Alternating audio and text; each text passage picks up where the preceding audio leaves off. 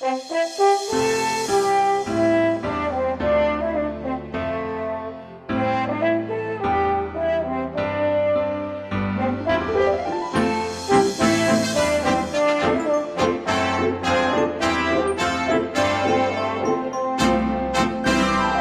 de junio de 2025. Bienvenidos a nuestro canal de YouTube El Conocimiento Real que Lleva a la Vida Eterna, creado por el mejor teólogo bíblico del planeta, llamado Tito Martínez, de España. Hoy nos metemos de lleno en un análisis, yo diría crucial, del discurso profético de Jesús, el del Monte de los Olivos, y lo hacemos siguiendo un estudio realmente excepcional de Tito Martínez. Lo más llamativo, lo fundamental de este trabajo, es que consigue algo que no se había hecho así. Fusiona Mateo, Marcos y Lucas. Los junta en un único relato, ¿sabes? Continuo, armonizado. Tito Martínez lo llama Mat-Marluk. Y él afirma que esta combinación es la que nos permite ver el discurso completo tal cual lo dice la Biblia. Exactamente. Es que ahí está la clave del método de Tito Martínez. Al crear este Mat-Marluk, pues tienes el texto completo, ordenado, y eso da una claridad que, la verdad, es imposible si lees los evangelios por separado.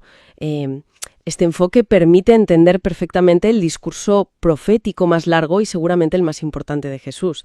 Y claro, corrige interpretaciones que a veces están fragmentadas o que vienen de otros sistemas. Es, la revelación directa del mensaje bíblico según este estudio. Pues vamos directos a ese texto, a Mat-Marluk. Todo empieza, claro, con la pregunta de los discípulos. Es Mat-Marluk 1, versículo 3. Lo leo literal. Dinos, ¿cuándo serán estas cosas? ¿Y qué señal habrá cuando todas estas cosas hayan de cumplirse? ¿Y qué señal habrá de tu venida y del fin del siglo? Y fíjate, justo ahí, Mat-Marluk ya muestra algo vital. Tito Martínez lo recalca mucho. Los discípulos hicieron 2 preguntas. No una, sino 2. Pidieron 2 señales diferentes. Una señal para la destrucción del templo y otra señal para la venida de Cristo y el fin de la era. Esto es clave, porque si lees solo un evangelio, pues podría parecer una pregunta más general. La combinación lo aclara. Entendido, sí. Muy importante esa distinción. Jesús entonces empieza a hablar de lo que llama el principio de dolores. Leemos Mat-Marluk 1, versículos 5 y 6, según la compilación de Martínez. Y oiréis de guerras, de sediciones y rumores de guerras. Mirad que no os turbéis, porque es necesario que todo esto acontezca. Pero el fin no será inmediatamente. Porque se levantará nación contra nación y reino contra reino, y habrá pestes, hambres, alborotos y terremotos en diferentes lugares, y habrá terror y grandes señales del cielo. Claro, y aquí el análisis de Tito Martínez es muy interesante. Estas señales, guerras, hambres, terremotos, y esas grandes señales del cielo, que Martínez las identifica como ovnis, pues bien, estas señales se cumplieron antes del año 70 después de Cristo. Pero, como enseña la Biblia y Martínez lo expone, esta es una profecía de, triple cumplimiento. Ocurrió antes del 70, sí, pero se ha repetido durante toda la era cristiana y, además, tendrá un cumplimiento final todavía más intenso en el futuro. Según este análisis de Martínez, la propia Biblia diferencia bien entre 2 eventos. ¿2 eventos? Sí, y sus señales.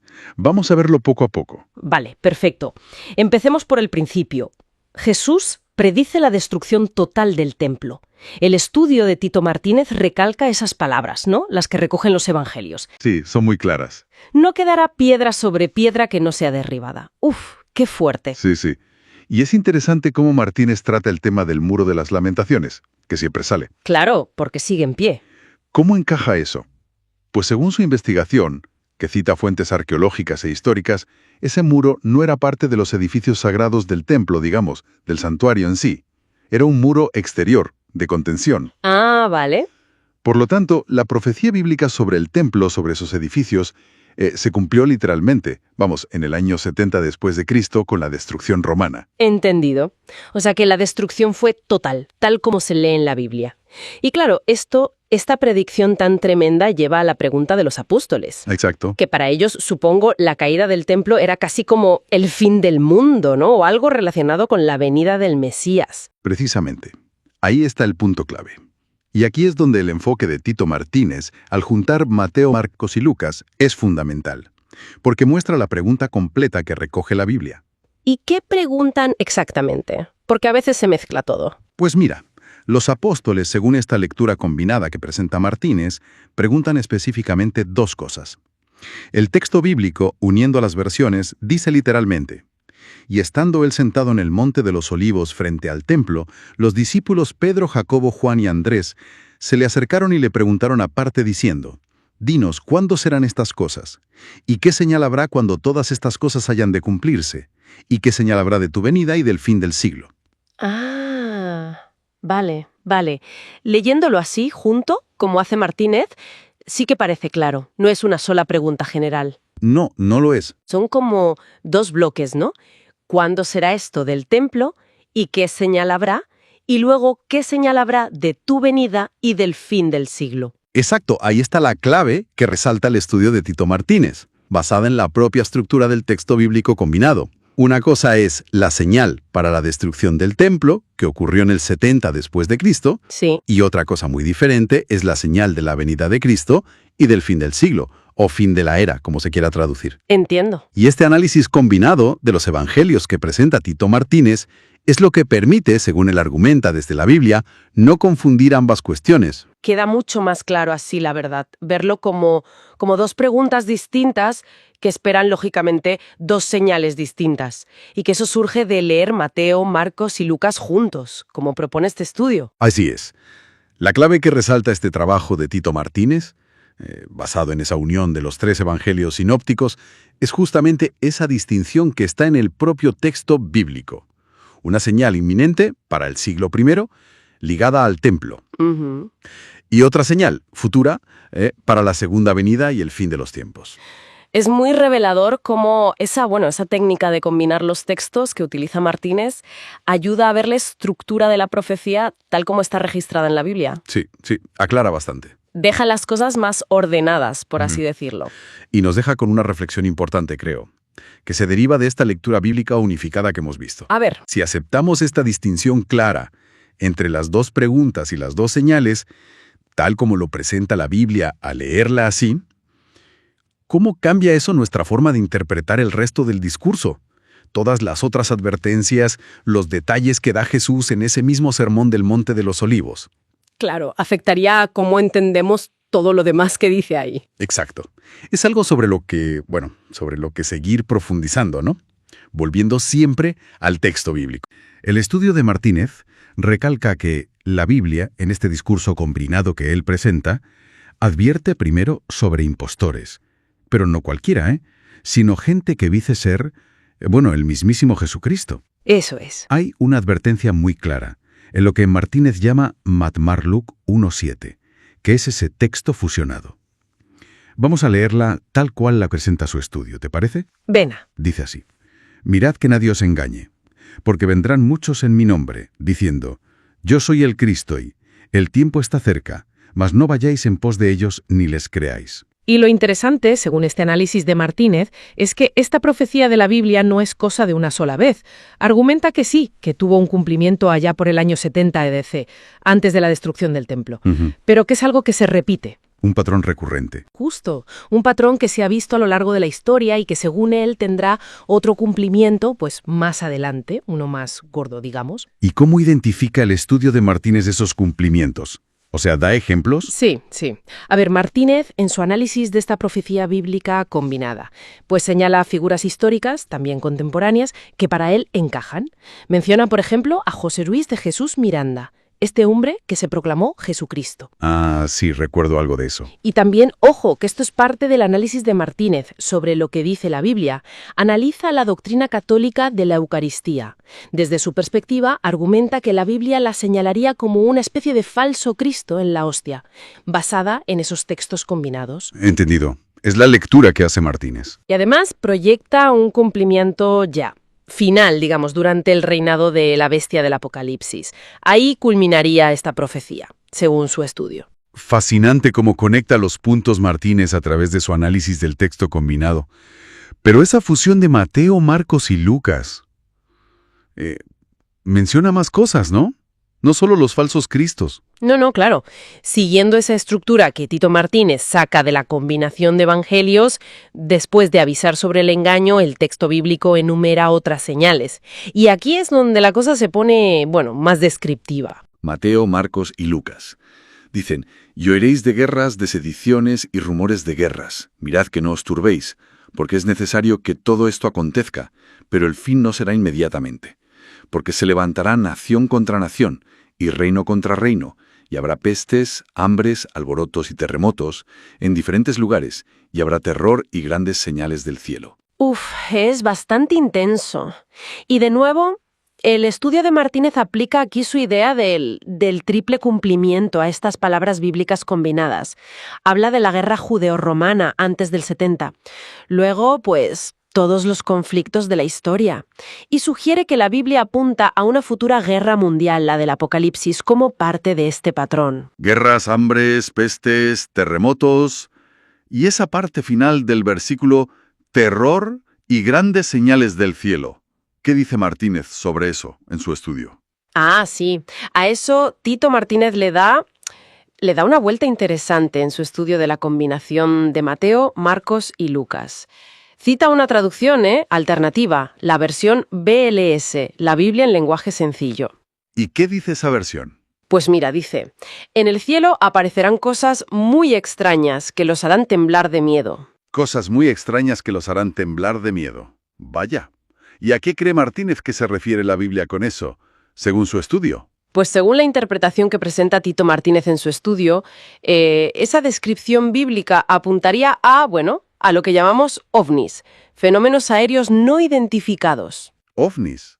¿En serio? Sí, Martínez argumenta, basándose en esa traducción y en el contexto profético de los textos combinados, que la Biblia habla de señales de origen, no terrestre, que causan miedo, y que esto también sigue el patrón triple, manifestaciones antes del 70, luego a lo largo de la historia y de forma más masiva en el futuro. Entendido. O sea que, resumiendo el análisis de Martínez, de esta fusión de evangelios, todas estas señales, falsos cristos, guerras, pestes, terremotos y estas señales del cielo, todo eso es lo que la Biblia llama principio de dolores. Exactamente eso. Martínez argumenta en su estudio que ese principio de dolores fue lo que precedió a la destrucción del templo en el 70. Pero ojo, hay un matiz importante que él también saca de esa combinación bíblica. ¿Ah, sí? ¿Cuál?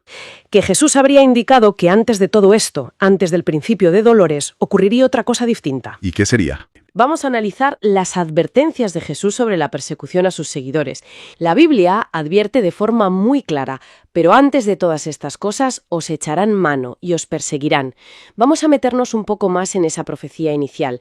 Tito Martínez, en su análisis, presenta este texto combinado, que a veces se referencia como Matmar-Luc 1:8, ¿verdad? Es la unión de lo que dijeron los tres evangelistas. A ver, escuchemos qué dice la Biblia según esta estructura que propone Martínez.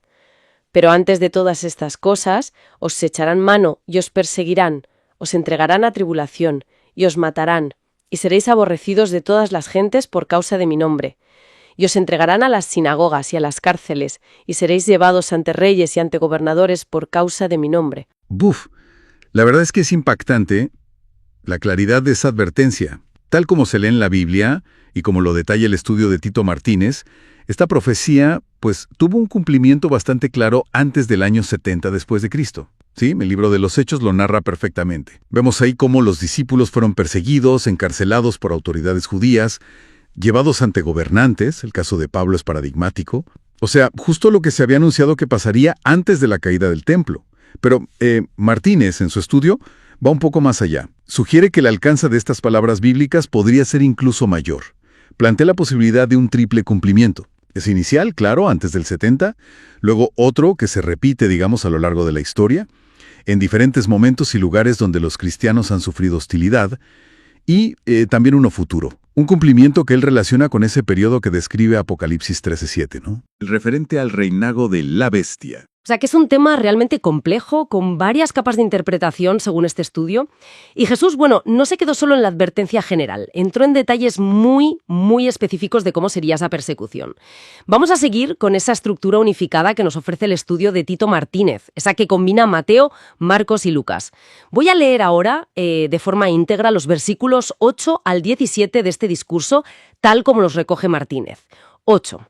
Pero antes de todas estas cosas os echarán mano y os perseguirán, os entregarán a tribulación y os matarán, y seréis aborrecidos de todas las gentes por causa de mi nombre, y os entregarán a las sinagogas y a las cárceles, y seréis llevados ante reyes y ante gobernadores por causa de mi nombre. 9. Y esto será ocasión para dar testimonio. Lo que os fuere dado en aquella hora, eso hablad, porque no sois vosotros los que habláis, sino el Espíritu Santo. 12. Muchos tropezarán entonces y se entregarán unos a otros y unos a otros se aborrecerán. Seréis entregados aún por vuestros padres y hermanos y parientes y amigos, y matarán a algunos de vosotros, y se levantarán los hijos contra los padres y los matarán, y el hermano entregará a la muerte al hermano y el padre al hijo. 13. Y seréis aborrecidos de todos por causa de mi nombre. 14. Con vuestra paciencia ganaréis vuestras almas. 15. Y muchos falsos profetas se levantarán y engañarán a muchos, y por haberse multiplicado la maldad, el amor de muchos se enfriará. 17. Mas el que persevere hasta el fin, éste será salvo. Al escuchar los versículos así, seguidos, lo que más quizás sobrecoge es la crudeza, ¿no? Y sobre todo, ¿de dónde viene esa persecución? La Biblia aquí es clarísima. La traición nace del círculo más íntimo. Padres, hermanos, amigos. Tremendo. Es una ruptura total, familiar, social, muy profunda. Y acompañada además de un odio generalizado. Y encima, la advertencia sobre los engaños, los falsos profetas y ese enfriamiento del amor por la maldad creciente. Sí. Tito Martínez, en su análisis, traza un paralelismo claro entre estos traidores y la figura de Judas Iscariote. Viene a decir que, este tipo de traición lamentablemente se ha repetido a lo largo de los siglos. Pero fíjate, frente a ese panorama tan desolador, el propio texto bíblico da la clave, ¿no? La resistencia. La resistencia a través de la fe. Esas frases, con vuestra paciencia ganaréis vuestras almas. Y la final, mas el que persevere hasta el fin, éste será salvo. Son centrales. O sea, la perseverancia se presenta ahí como el camino, la condición para la salvación. Entonces, resumiendo un poco este análisis que nos presenta Tito Martínez de ese discurso combinado de Jesús que une, recordemos, Mateo, Marcos y Lucas. Lo que la Biblia describe es una persecución como una realidad anunciada. Dolorosa, sí, marcada por traiciones internas, odio externo, una prueba de fuego. Y la respuesta, según leemos directamente en estos textos bíblicos que hemos visto, no parece estar en evitarla, sino en cómo se afronta. La clave es la paciencia y la perseverancia en la fe, hasta el final. Exacto. Y precisamente ahí yo creo que reside una reflexión final muy potente que emana directamente de estas palabras bíblicas que hemos leído.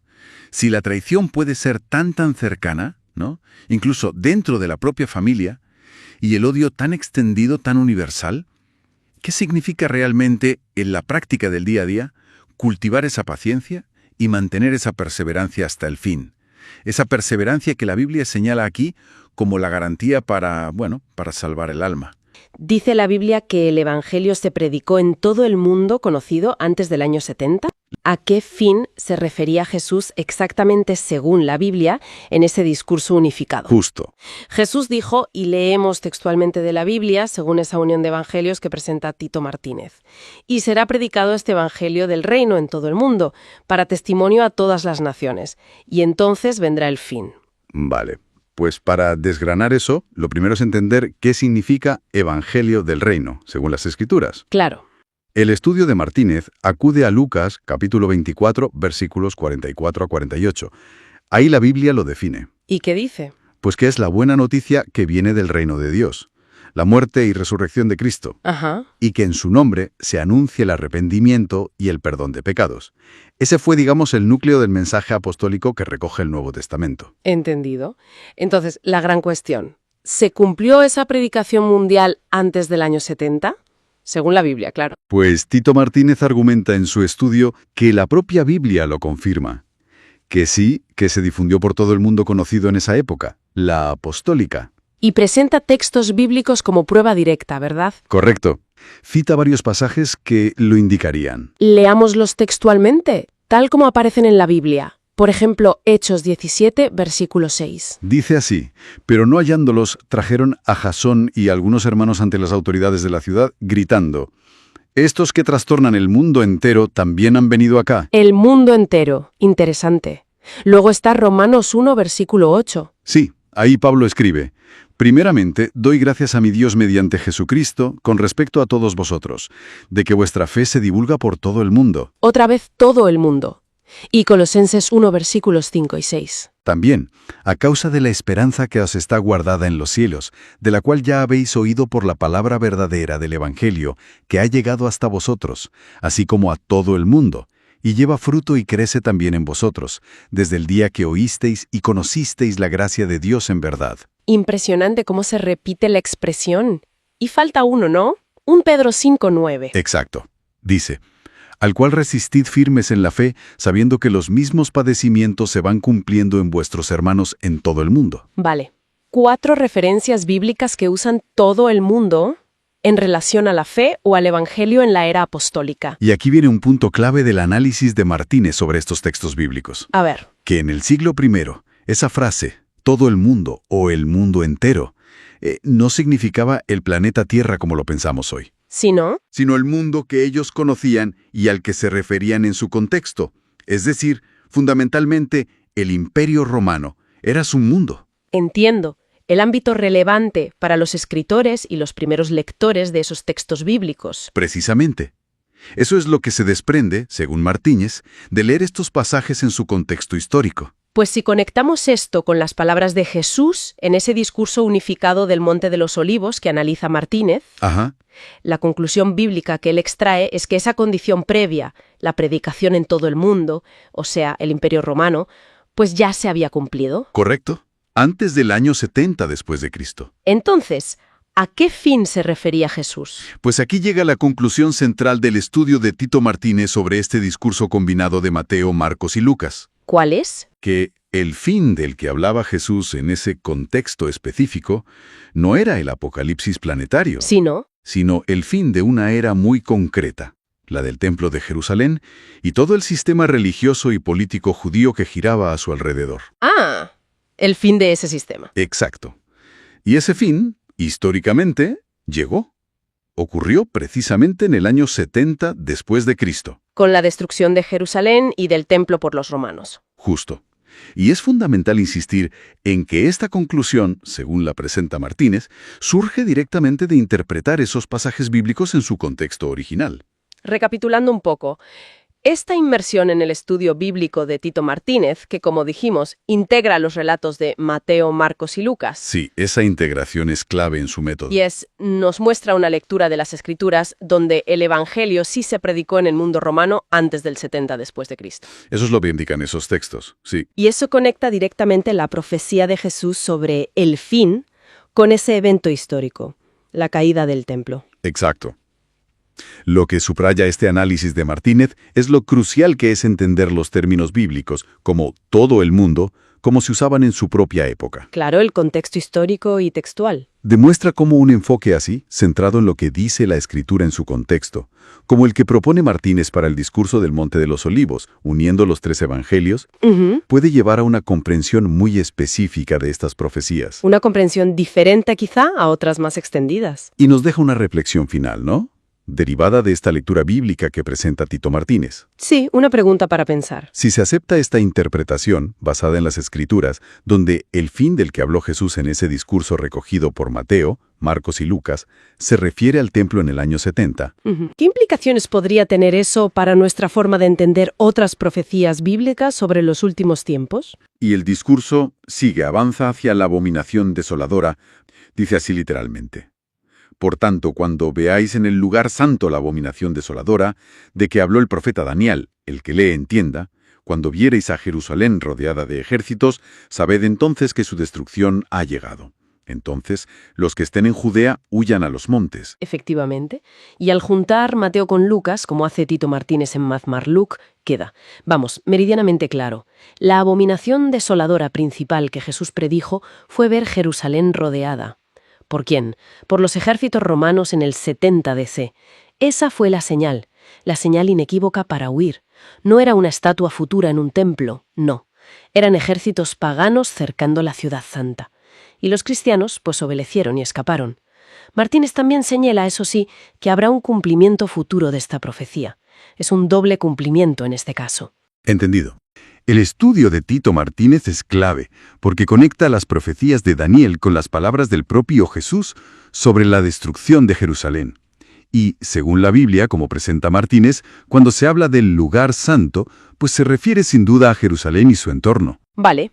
¿Y qué es exactamente esa abominación según los textos bíblicos? ¿A qué se refiere? Pues mira, lo que la Biblia indica, y Martínez lo detalla bien, es que tanto Daniel como Jesús hablan de ejércitos extranjeros invadiendo Jerusalén.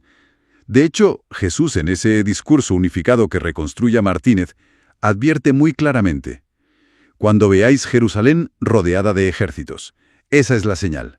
La señal de la desolación inminente. Exacto, la señal definitiva. Y aquí viene lo interesante. La Biblia, según este análisis de Martínez, dice que esto, que ya pasó una vez. Así es, tal cual. La Biblia describe un cumplimiento muy específico en el año 70 después de Cristo. Las legiones romanas, claro, rodearon Jerusalén, destruyeron la ciudad y el templo. ¿Y los cristianos de allí? Pues los cristianos de Jerusalén, recordando esa advertencia de Jesús que Martínez resalta al unir los evangelios, hicieron caso. Hubo una pausa en el asedio, algo inesperado, y aprovecharon para huir a las montañas. Ah, qué oportuno. Sí. Y justo después los romanos volvieron y, fue la destrucción total.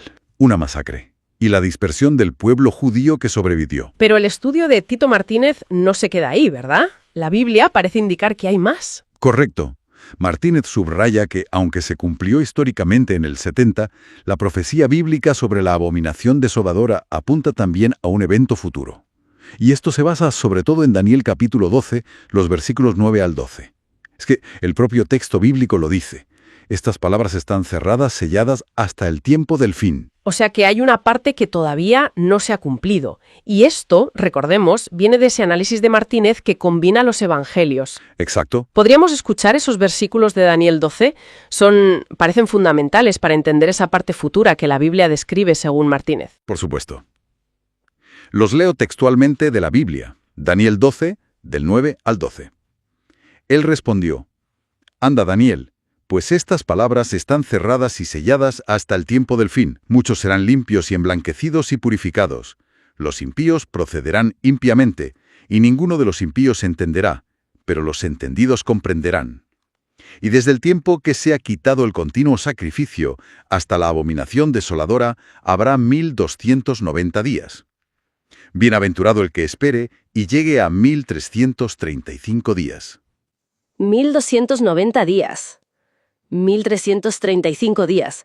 Son plazos muy concretos. Muy concretos, y la interpretación bíblica que ofrece Martínez es que estos periodos, estos días, aún no han ocurrido. La Biblia indicaría que en ese futuro tiempo del fin se repetirá algo: el continuo sacrificio, que se entiende que serían los rituales en un futuro templo reconstruido en Jerusalén. Serán interrumpidos otra vez. Eso es, detenidos de nuevo por ejércitos invasores. Y desde ese momento, dice la Biblia, hasta el fin de esa abominación desoladora, pasarán 1290 días. Y fíjate que añade una bendición especial para los que lleguen a los 1335 días. Entiendo. Martínez también conecta esto con otro pasaje, Apocalipsis 11.2, donde la Biblia dice que Jerusalén será pisoteada por los gentiles durante 1260 días. 3 años y medio proféticos. Entonces, lo que la Biblia describe, siguiendo este análisis tan detallado de Tito Martínez, que, insistimos, unifica los relatos, es como un patrón que se repite. Invasión de Jerusalén, separa el culto en el templo, un tiempo de desolación. Exactamente, un patrón bíblico. Se cumplió con Roma y las Escrituras dicen que se repetirá en el futuro. Para resumir un poco, la Biblia, tal como la presenta este estudio de Tito Martínez, basado en esa síntesis del discurso de Jesús y Daniel, nos habla de la abominación desoladora. Un evento profético con un cumplimiento ya histórico en el 70 DC y otro aún por venir ligado a esos tiempos específicos de Daniel 12. Así es. Las claves bíblicas, según lo expuesto por Martínez, son esa invasión de Jerusalén por ejércitos paganos y que se detenga el culto a Dios en el templo. Y esos números, los días de Daniel 12, son centrales para entender el cumplimiento futuro que describe la Biblia. Y justo después se menciona la gran tribulación. A ver, leamos Mat-Marluk 1, versículo 26. Porque habrá entonces gran tribulación, cual no la ha habido desde el principio del mundo hasta ahora, ni la habrá. Y aquí Tito Martínez es muy, muy preciso, basándose siempre en el texto completo de Mat-Marluk. Esta tribulación específica, que se describe como única, irrepetible en su intensidad, fue la que sufrieron los judíos. En Jerusalén. En el año 70 después de Cristo, Jesús mismo dice que nunca más habrá una igual para ellos. Y esto es fundamental, ¿sabes? Para no confundirla con la tribulación que sí, que los cristianos padecen a lo largo de la historia y que padecerán al final. Son cosas distintas. Ya veo. Lo interesante de este análisis es que presenta el discurso completo de Jesús. O sea, armoniza las versiones que encontramos en Mateo, Marcos y Lucas. Sí, eso es clave. No es solo un evangelio, sino la combinación de los tres. Precisamente. Así que es importante entender que vamos a abordar el texto bíblico como resultado de esa combinación que hace Martínez. Nuestra tarea hoy es, pues, desgranar qué revela este texto unificado sobre la caída de Jerusalén y, bueno, las consecuencias para el pueblo judío en ese momento. Vamos a ello. Muy bien. Pues el punto de partida es la advertencia que da Jesús sobre la huida de Judea, tal como queda recogida en esta síntesis de los tres evangelios que presenta Tito Martínez. Vamos a leer el versículo 23 de este texto combinado que menciona Martínez. 23. Orad pues que vuestra huida no sea en invierno ni en día de reposo. Vale. La interpretación que hace Martínez de este versículo ya unificado es muy práctica, digamos. No es que sugiera que los cristianos tuvieran que guardar el sábado, sino que apunta a las dificultades reales. ¿Cómo cuáles? Pues por un lado, el invierno, obviamente, complicaría mucho la huida por el clima, el frío, la lluvia. Claro. Y por otro lado, el sábado. El día de reposo limitaría la huida por las propias normas judías sobre la distancia que se podía caminar. Ah, vale, entiendo. O sea, limitaciones prácticas. Exacto. Por eso la indicación de orar, para que la huida no coincidiera con esos impedimentos. Entendido el contexto de la huida. Pero, ¿cómo describe este texto combinado, este de Mateo, Marcos y Lucas juntos, la dureza de lo que estaba por venir? Pues es muy gráfico. Vamos a leer los versículos 24 al 26, siempre siguiendo esta versión unificada que presenta el estudio de Tito Martínez. 24. Porque estos son días de retribución, para que se cumplan todas las cosas que están escritas. 25. Mas ay de las que estén encintas, y de las que críen en aquellos días, porque habrá gran calamidad en la tierra e ira sobre este pueblo. 26. Porque habrá entonces gran tribulación, cual no la ha habido desde el principio del mundo hasta ahora, ni la habrá. Aquí es donde el análisis de Martínez es muy específico, muy directo. Él sostiene que esta gran calamidad, la ira sobre este pueblo, la gran tribulación, todo esto que leemos en el pasaje combinado de los evangelios, se refiere de manera inequívoca, concreta, a los sufrimientos terribles de los judíos que no hicieron caso a la advertencia y se quedaron en Jerusalén durante el asedio romano. Hablamos del año 70 después de Cristo. Ostras. Tito Martínez incluso menciona las crónicas de Flavio Josefo, que son, estremecedoras. Hablan de un horror indescriptible, incluso de canibalismo por la hambruna. Es una conexión muy, muy potente con un evento histórico concreto, desde luego. Y el texto bíblico recalca que fue algo único, ¿no? Sin precedentes. Precisamente. Ahí está la clave para Martínez. Pone todo el énfasis en esa frase del texto unificado, cual no la ha habido desde el principio del mundo hasta ahora. Ni la habrá. Ni la habrá. Exacto. Su interpretación es tajante. La tribulación del año 70 en Jerusalén fue la peor catástrofe sufrida por el pueblo judío en toda su historia. Y lo más importante, según se desprende de estas palabras textuales del discurso combinado, es que una tribulación de esa magnitud, para ellos, para el pueblo judío, no volverá a repetirse jamás. Vaya, o sea que distingue esto de otras cosas, pero esa escala de sufrimiento. Esa escala del año 70, según este texto combinado, fue única y final para el pueblo judío. Martínez lo diferencia de otros eventos futuros que mencionan las profecías, como el pisoteo de Jerusalén en Apocalipsis, pero insiste en que la magnitud de lo ocurrido en el 70 fue irrepetible para ellos. Entendido.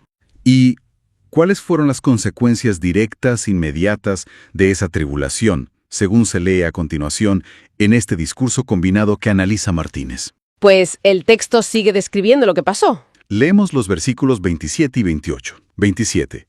Y caerán a filo de espada, y serán llevados cautivos a todas las naciones. Y Jerusalén será hollada por los gentiles, hasta que los tiempos de los gentiles se cumplan. 28. Y si aquellos días no fuesen acortados, nadie sería salvo, mas por causa de los escogidos que él escogió, aquellos días serán acortados. Bien, Tito Martínez ve aquí, en estos versículos del texto combinado, un cumplimiento literal, punto por punto, en lo que sucedió en el año 70. ¿Cómo? Pues mira, caerán a filo de espada, la muerte violenta a manos de los romanos, se cumplió. Serán llevados cautivos a todas las naciones, la deportación masiva de judíos por todo el imperio, se cumplió. Ajá. Y Jerusalén será hollada por los gentiles. La destrucción y ocupación de la ciudad por los romanos, que eran los gentiles, también se cumplió. Clarísimo. ¿Y la parte de hasta que los tiempos de los gentiles se cumplan? Según el análisis de Martínez, eso señalaría un periodo de tiempo durante el cual Jerusalén estaría bajo control no judío, un dominio gentil, pero que ese periodo tiene un final. Martínez conecta esto con otras profecías, por ejemplo Zacarías 14, que hablan de un futuro en que Jerusalén será diferente, capital mundial bajo el Mesías, ya sin ese dominio gentil. Vale. ¿Y el aportamiento de los días? Se interpreta como una intervención divina necesaria. Si esos días de asedio y destrucción se hubieran alargado más, nadie habría sobrevivido. Fue acortado por causa de los escogidos, es decir, para preservar un remanente del pueblo judío. Entendido. Entonces el panorama que dibuja Tito Martínez, basándose en su estudio de este texto combinado de Mateo, Marcos y Lucas, es el de una profecía que se cumplió de forma muy detallada en los sucesos del siglo I en Judea. En esencia, sí. El análisis de Tito Martínez, que como hemos repetido varias veces, se basa en esa amalgama del discurso del Monte de los Olivos a partir de los 3 evangelistas. Sí.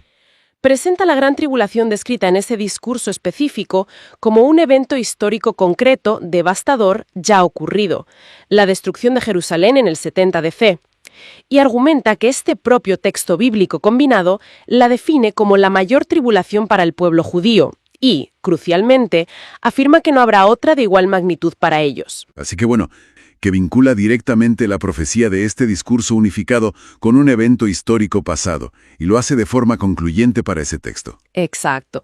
Y esto, claro, nos abre una reflexión interesante sobre cómo interpretar la profecía bíblica en general. ¿En qué sentido? Pues el enfoque de Martínez, al unificar los evangelios y leer ese resultado como algo que se cumplió totalmente en el año 70, nos invita a plantearnos hasta qué punto un evento histórico específico puede considerarse el cumplimiento único y final de un pasaje profético.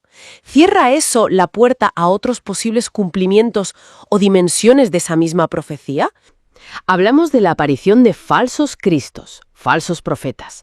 Vamos a escuchar el pasaje bíblico tal como él lo compila. 29.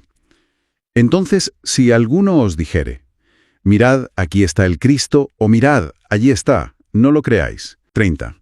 Porque se levantarán falsos cristos y falsos profetas, y harán grandes señales y prodigios, de tal manera que engañarán, si fuere posible, aún a los escogidos. 31. Mas vosotros mirad, os lo he dicho todo antes. Claro, y es fundamental entender esto, como muestra el trabajo de Martínez al juntar los 3 evangelios. Esto se presenta como el registro directo de las palabras de Jesús en esos textos. No es una opinión, es lo que está escrito ahí, combinado. Entiendo. Y la advertencia sobre el engaño es potente. Dice que podrían engañar aún a los escogidos. A los más cercanos, a los creyentes, digamos. Exacto, según el contexto bíblico que Martínez expone.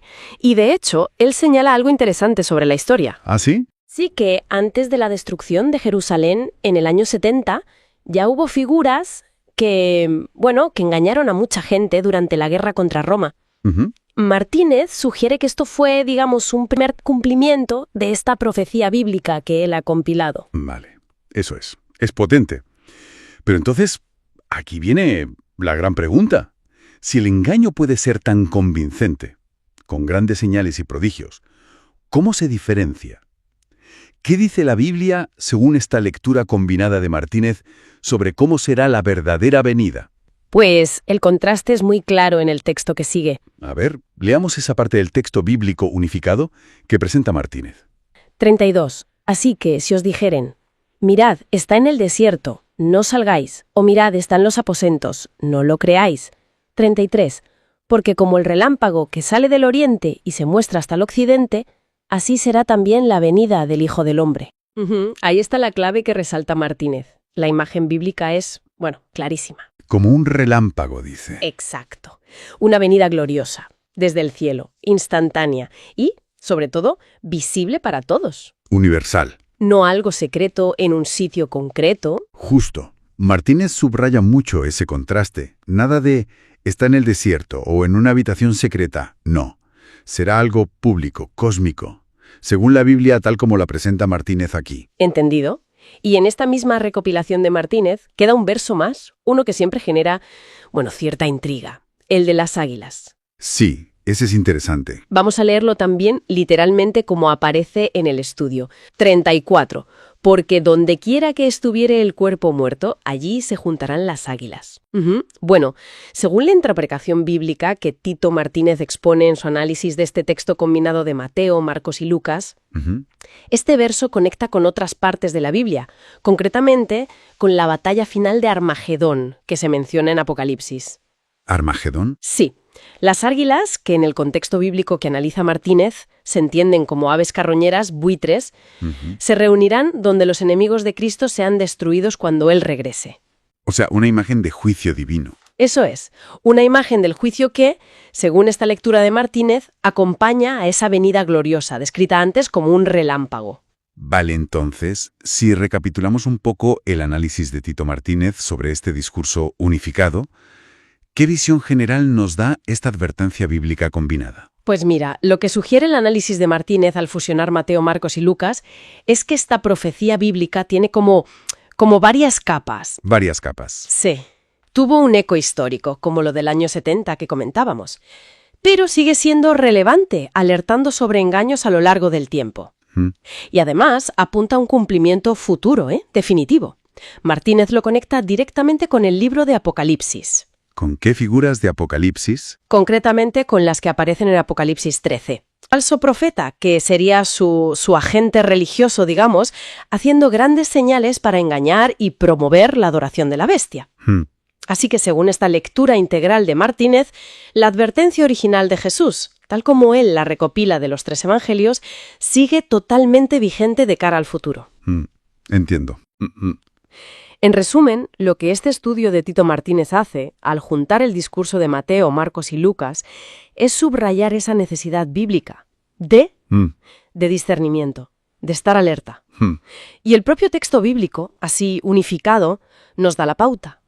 Contrasta los engaños localizados y secretos con la venida real, que será pública, gloriosa, celestial. Entonces la clave que parece desprenderse de estos textos bíblicos combinados es, aferrarse a esa descripción bíblica. No dejarse llevar por señales espectaculares ni por anuncios de apariciones secretas. Exactamente. ¿Y qué viene después de esa tribulación tan específica del 70 después de Cristo? Pues la venida gloriosa de Cristo. Matt Marlung 1, versículo 37 lo declara así. Y enviará sus ángeles con gran voz de trompeta, y juntarán a sus escogidos de los 4 vientos, desde el extremo del cielo y de la tierra hasta el otro. Claro, y lo que enseña el texto unificado de Matt Marlock, tal como lo expone Tito Martínez, es que la venida de Cristo y el arrebatamiento, la reunión de los escogidos, ocurren inmediatamente después de la tribulación final contra los santos. Es una enseñanza, por tanto, post-tribulacional. Y esto se saca directamente de la secuencia correcta del discurso, que solo se ve bien al juntar los 3 evangelios en Matt Marlock. Interesante. Hay un pasaje que es como el corazón del argumento de Tito Martínez, ¿no? En ese estudio suyo que combina los evangelios. Es crucial para él para fijar el cuándo pasan estas cosas. Precisamente. El punto clave, según cómo lee Tito Martínez este texto combinado, se sitúa justo después de describir un tiempo de gran aflicción. El pasaje bíblico que cita en su estudio, y que él llama Matt-Marluc 1:35-37, por eso de juntar Mateo, Marcos y Lucas, dice así, literalmente, lo leo. E inmediatamente después de la tribulación de aquellos días habrá señales en el sol, en la luna y en las estrellas, y en la tierra angustia de las gentes, confundidas a causa del bramido del mar y de las olas, desfalleciendo los hombres por el temor y la expectación de las cosas que sobrevendrán en la tierra. El sol se oscurecerá y la luna no dará su resplandor y las estrellas caerán del cielo, y las potencias de los cielos serán conmovidas. Luego sigue. Entonces aparecerá la señal del Hijo del Hombre en el cielo, y entonces lamentarán todas las tribus de la tierra, y verán al Hijo del Hombre viniendo sobre las nubes del cielo en una nube con poder y gran gloria. Y termina, y enviará sus ángeles con gran voz de trompeta, y juntarán a sus escogidos, de los 4 vientos, desde el extremo del cielo y de la tierra hasta el otro. Cuando estas cosas comiencen a suceder, erguíos y levantad vuestra cabeza, porque vuestra redención está cerca. Potente. Y aquí la frase que recalca Martínez es esa de inmediatamente después de la tribulación de aquellos días. Pero claro, la pregunta es, según su análisis, insisto, de este discurso unificado de Mateo, Marcos y Lucas, ¿a qué tribulación cree Martínez que se refiere la Biblia ahí? Porque él distingue 2 en ese mismo discurso combinado. Exacto. Esa es la clave de su argumento. Tito Martínez apunta que en el discurso del Monte de los Olivos, en esta versión combinada que él presenta, se habla, digamos, de 2 sufrimientos distintos. Uno es una tribulación contra los propios discípulos, que él ubica en Matt-Marluc 1:80, y la otra es la gran tribulación sobre Jerusalén, la del año 70 después de Cristo, referida en Matt-Marluc 1:26. Entonces, su lógica es, si la venida gloriosa y la reunión de los escogidos no pasaron justo después del año 70, pues entonces esa frase, inmediatamente después de la tribulación, tiene que referirse a la primera, o sea, a la persecución contra los discípulos, contra los santos. Entiendo. Y Martínez conecta esto, además, con una futura tribulación, una que menciona Apocalipsis, de 42 meses, donde se dice que la bestia persigue a los santos. Vale. Entonces, si atamos cabos, siempre siguiendo la interpretación que hace Tito Martínez de las Escrituras en este estudio que combina Mateo, Marcos y Lucas, ¿cuál es la conclusión? El orden de los eventos, ¿cuál sería? ¿Cuándo vendría Cristo en gloria y cuándo sería esa reunión de los escogidos que él asocia con el arrebatamiento? Que Pablo detalla en 1 Tesalonicenses 4:31, ocurrirían después. Después. Sí. Lo interesante es cómo él argumenta que la Biblia, a través de este discurso combinado del Monte de los Olivos, sitúa estos eventos de forma inequívoca después de la tribulación. Claro, y eso choca frontalmente. Exacto. Eso, como señala el propio Martínez, contradice directamente la enseñanza, digamos, pretribulacional, ¿no? La idea de que el arrebatamiento es antes de que empiece ese periodo final de gran tribulación. Es fundamental tener presente que esta secuencia, esta conclusión, deriva específicamente del método que usa Tito Martínez, combinar y analizar juntos los relatos de Mateo, Marcos y Lucas. La venida de Cristo y el arrebatamiento suceden tras la tribulación de los santos. Sí, y esto, bueno, nos deja quizás con una pregunta para la reflexión, ¿no? Una pregunta que surge de esta lectura bíblica que propone Martínez. Si se aceptara esta secuencia de eventos tal como él la presenta en su estudio, ¿qué implicaciones tendría? ¿Cómo podría influir en la forma de entender eso que dice la Biblia sobre la perseverancia, sobre la esperanza cristiana ante las dificultades que la propia Escritura describe? Hay un punto que siempre genera debate. La frase, no pasará esta generación. Matt-Marluc 1:40 recoge las palabras exactas de Jesús.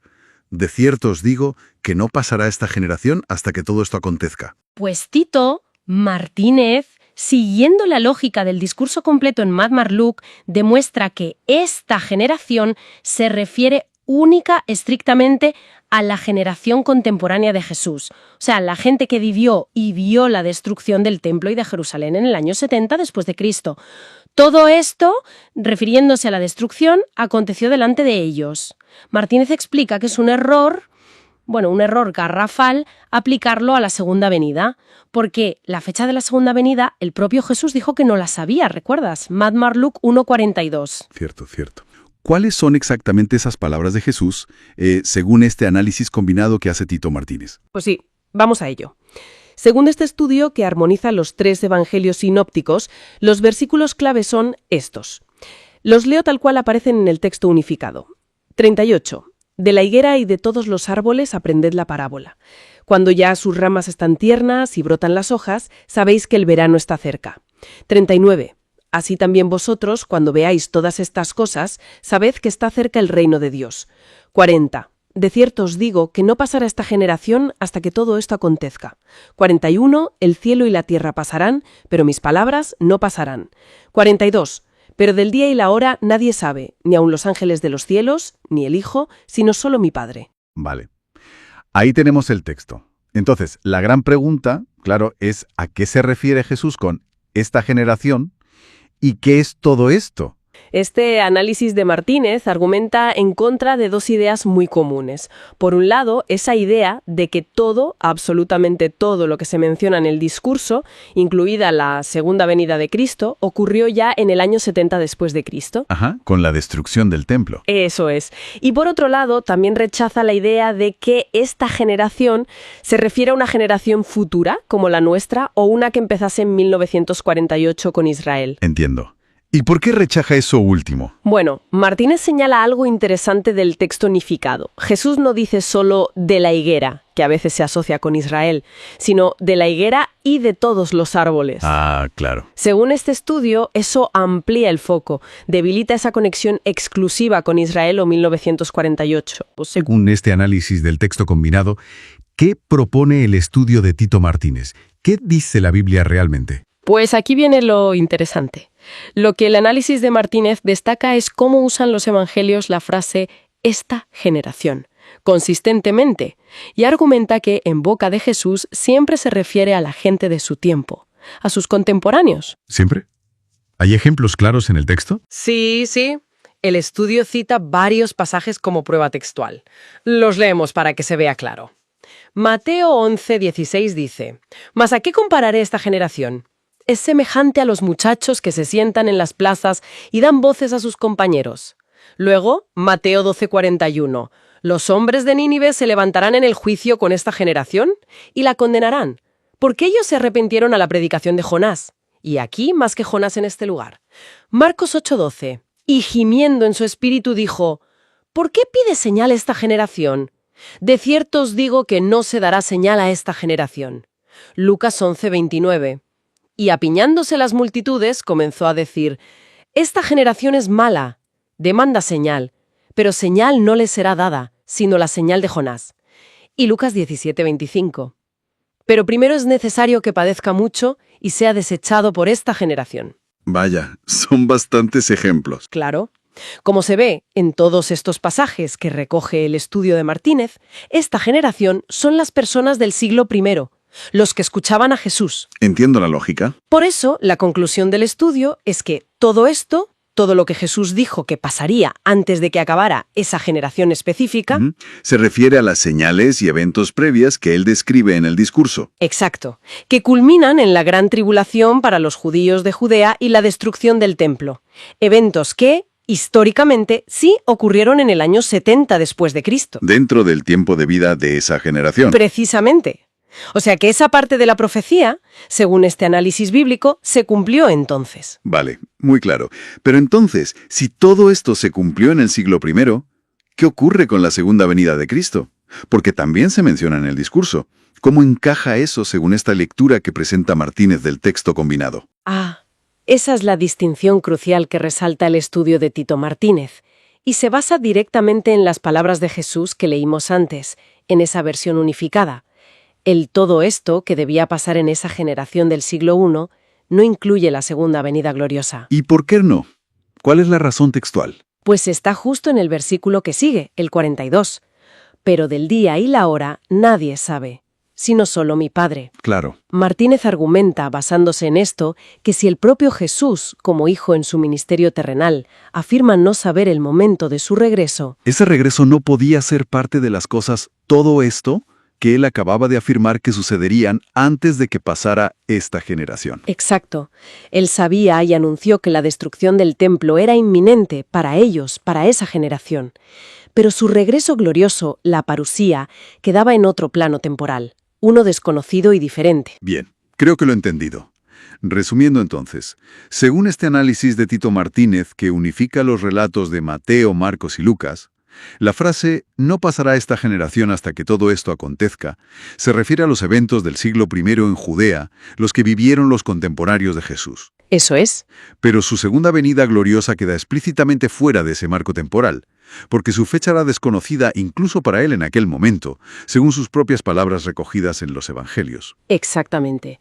Y esto, siguiendo la línea de este estudio de Martínez, nos lleva a una reflexión importante sobre cómo leemos los textos proféticos, ¿no? Sí, desde luego. Subraya la necesidad de distinguir dentro del mismo discurso a veces entre eventos que se anuncian como inminentes para los oyentes originales. Y otros eventos cuya fecha se declara abiertamente desconocida, incluso por el propio mensajero. Claro. Velad, pues, en todo tiempo orando, que seáis tenidos por dignos de escapar de todas estas cosas que vendrán, y de estar en pie delante del Hijo del Hombre. Y el estudio de Tito Martínez aclara muy bien este escapar. No se trata de escapar físicamente de la tribulación final, no. El contexto inmediato, Marmarluc 1.46, habla de no caer en la glotonería, la embriaguez, las preocupaciones de la vida. Así que escapar aquí es escapar de esas trampas espirituales. Es una llamada de estar vigilantes espiritualmente, a orar constantemente para ser hallados dignos cuando Cristo venga, para poder estar en pie delante de Él. La verdad es que queda muy claro el valor del estudio de Tito Martínez. Reconstruir el discurso completo con Marmarluc sí que aporta una claridad, que resuelve muchas dudas antiguas. Sin duda alguna. Velad y orad. Marcos capítulo 13, versículo 33. Dice así: Mirad, velad y orad, porque no sabéis cuándo será el tiempo. Eso es. Y luego está el de Lucas, capítulo 21, versículo 36, que complementa: Velad, pues, en todo tiempo orando, que seáis tenidos por dignos de escapar de todas estas cosas que vendrán, y de estar en pie delante del Hijo del Hombre. Claro. Y aquí Tito Martínez, basándose siempre en cómo se entrelazan estos evangelios en el discurso completo, subraya que velar, bueno, no es simplemente no dormirse. Ajá. Es algo más profundo. Es una llamada bíblica a estar espiritualmente alerta, esperando, sí, pero activamente el regreso de Cristo. Como una vigilancia constante del Espíritu. Exacto. De hecho, en su estudio, Martínez nos recuerda la parábola de las vírgenes, ¿no? Las que no velan son como las insensatas, las que no estaban preparadas. Una espera que además viene marcada por no saber cuándo será el momento. Ujú. Eso queda clarísimo en la parte del discurso que corresponde a Mateo, ¿verdad? Sí, totalmente. Escuchemos estos pasajes que Tito Martínez recoge de Mateo 24, primero los versículos 37 a 41. Mas como en los días de Noé, así será la venida del Hijo del Hombre. Porque como en los días antes del diluvio estaban comiendo y bebiendo, casándose y dando en casamiento, hasta el día en que Noé entró en el arca. Y no entendieron hasta que vino el diluvio, y se los llevó a todos. Así será también la venida del Hijo del Hombre. Entonces estarán dos en el campo, el uno será tomado y el otro será dejado. Dos mujeres estarán moliendo en un molino, la una será tomada y la otra será dejada. Es una imagen potente de normalidad interrumpida, ¿no? Sí, y justo después, en los versículos 42 a 44, viene la exhortación directa, el mandato. Velad, pues, porque no sabéis a qué hora ha de venir vuestro Señor. Pero sabed esto, que si el padre de familia supiese a qué hora el ladrón habría de venir, velaría y no dejaría minar su casa. Por tanto, también vosotros estad preparados, porque el Hijo del Hombre vendrá a la hora que no pensáis.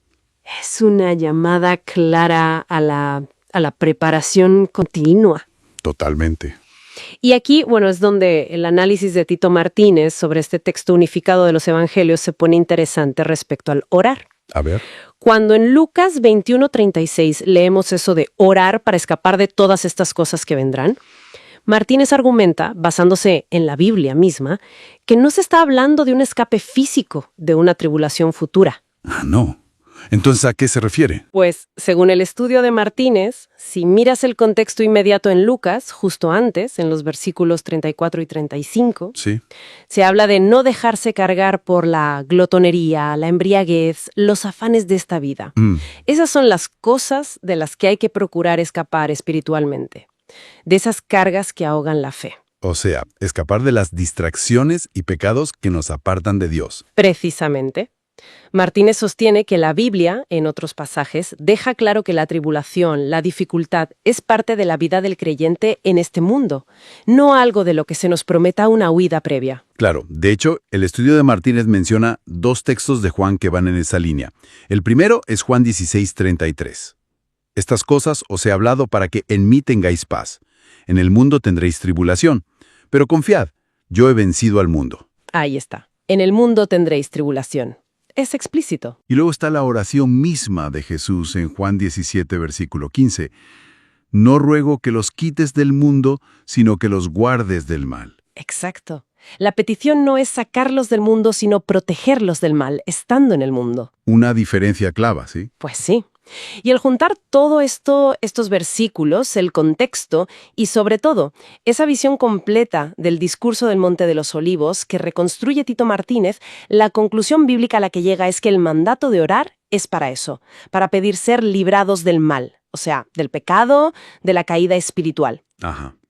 Y para tener la fuerza para mantenerse firmes durante las pruebas, no para ser quitados físicamente antes de que lleguen. Entiendo. Por eso, para Martínez, la idea de un arrebatamiento pretribulacional, esa creencia de que los cristianos se van al cielo justo antes de un periodo de gran dificultad, eso contradice la enseñanza directa de Jesús en los evangelios. Entonces, velad y orad sería como un llamado doble, ¿no? Sí, eso es. Por un lado, velad, estar espiritualmente despiertos, preparados, vigilando contra el pecado, contra las distracciones del mundo. Y por otro, orad. Pedir a Dios la fortaleza para aguantar, para perseverar en medio de las dificultades sin perder la fe. Exactamente. Desde esa perspectiva bíblica que presenta el estudio de Martínez, entenderlo así es crucial. No se trata de esperar una huida, digamos, física, Claro. sino de cultivar activamente, con esa vigilancia y esa oración, la resistencia espiritual, para poder, como dice Lucas, estar en pie delante del Hijo del Hombre cuando venga, habiendo sido guardados del mal, tal como pidió Jesús. Muy interesante. Y esto, claro, lleva a pensar, si esta vigilancia y oración son para perseverar espiritualmente dentro de las pruebas, como se desprende de este análisis de las Escrituras combinadas, ¿cómo cambia eso nuestra forma de ver los problemas diarios o las noticias preocupantes que vemos cada día? Todo lo que Tito Martínez extrae de ese texto bíblico unificado, pues invita a una reflexión profunda, una reflexión personal sobre la profecía y sobre todo sobre la urgencia de estar preparados espiritualmente. Como fue en los días de Noé, así será la venida del Hijo del Hombre. Exacto. La idea es ver qué características tenían esos días de Noé, según lo que lee Martínez en la Biblia, y entender los paralelos que él traza con los tiempos finales, siempre basándose en esa lectura conjunta del discurso del Monte de los Olivos. Vale. Pues, ¿qué nos dice el Génesis? ¿Qué pasaba realmente antes del diluvio? Según este texto bíblico que analiza Tito Martínez. Vamos a escucharlo. A ver, empezamos con Génesis capítulo 6. Dice así, literalmente. Sí. 1. Aconteció que cuando comenzaron los hombres a multiplicarse sobre la faz de la tierra y les nacieron hijas. Ajá. 2. Que viendo los hijos de Dios que las hijas de los hombres eran hermosas, tomaron para sí mujeres escogiendo entre todas. Ahí ya vemos esa interacción, ¿no? Los hijos de Dios y las hijas de los hombres. Ese particular. ¿Y qué más dice justo después? Pues sigue. Y esto es importante para el análisis de Martínez. Leamos. Gen 6.3. Y dijo Yeve, que bueno, es el nombre divino que usa el texto que analiza Martínez. No contenderá mi espíritu con el hombre para siempre, porque ciertamente él es carne, mas serán sus días 120 años. 120 años. Y luego el versículo 4. Gen 6.4. había gigantes en la tierra en aquellos días, y también después que se llegaron los hijos de Dios a las hijas de los hombres, y les engendraron hijos. Estos fueron los valientes que desde la antigüedad fueron varones de renombre. Gigantes, hijos de Dios, hijas de los hombres. ¿Cómo interpreta exactamente esto el estudio de Tito Martínez? Porque aquí es donde combina Génesis con el discurso del Monte de los Olivos y saca conclusiones específicas. Bueno, pues Martínez, basándose en estos versículos, interpreta que esas uniones crearon una raza de gigantes. Él identifica a esos hijos de Dios del Génesis como ángeles caídos o incluso seres extraterrestres malvados, ¿sabes? Ah, vale. Y proyecta esto al futuro. Sugiere, a partir de su lectura combinada de las profecías, incluyendo Apocalipsis 12, que pasará algo parecido antes de que vuelva Cristo. O sea, que vendrán seres que se harán pasar por buenos, por ángeles de luz, para engañar. Entiendo. Pero no era solo eso, ¿verdad? El Génesis describe también un ambiente moral. Bastante terrible. Terrible, sí. El texto es muy gráfico. A ver, leamos lo que sigue en Génesis 6. Génesis 6.5, y vio Yahvé que la maldad de los hombres era mucha en la tierra, y que todo diseño de los pensamientos del corazón de ellos era de continuo solamente el mal. De continuo solamente el mal. Sí. Y sigue, Génesis 6.6, y se arrepintió Yahvé de haber hecho hombre en la tierra, y le dolió en su corazón. Génesis 6.7. Y dijo Yahvé, raeré de sobre la faz de la tierra a los hombres que he creado, desde el hombre hasta la bestia y hasta el reptil y las aves del cielo, pues me arrepiento de haberlos hecho. Una decisión drástica, claro. Drástica, sí. Pero hay una excepción, Génesis 6.8, pero Noé halló gracia ante los ojos de Yahvé. Noé, la excepción. Y había otro punto clave que destaca el estudio de Martínez sobre esa época, ¿no? Sí, el versículo 11, que añade un detalle fundamental sobre cómo estaba todo. Génesis 6.11. Y se corrompió la tierra delante de Dios, y estaba la tierra llena de violencia.